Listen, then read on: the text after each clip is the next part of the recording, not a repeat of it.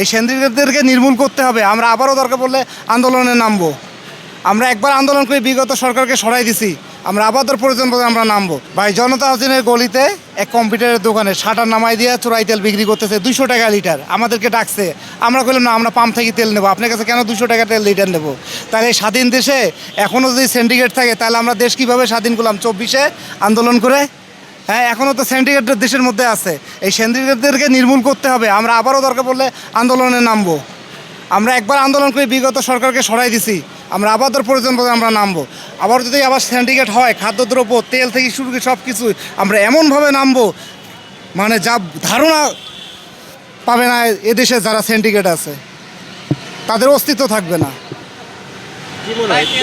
এই তেল নিয়ে সংকট, অনেক পাম্পে তেল দিতেছে না, তারা তো ঠিকই তেল নিয়ে আসতেছে। তেল তো তারা ডিপু থেকে নিয়ে আসতেছে, তারা তো তেল মজুত করতেছে। গাবতলীতে অনেক পাম্প বন্ধ, কল্যাণপুরে অনেক পাম্প বন্ধ, ঠিক আছে, তারা তো তেলের সিন্ডিকেট করতেছে। গভর্নমেন্ট 10 টাকা লিটার কমায় দেয়, যেগুলো তেল সিন্ডিকেট আছে সব তেল বিক্রি করে দেবে বাজারে। তেল আপনার আপনার তেল মানে ফেরিভাবে বিক্রি করবে। খোলা মার্কেটে যেমন টঙ্গের মধ্যে সবজি বিক্রি করে, ভ্যানের মধ্যে তেল তখন বিক্রি করা লাগবে। গভর্নমেন্ট 10 টাকা লিটার কমায় দেখ না কেন?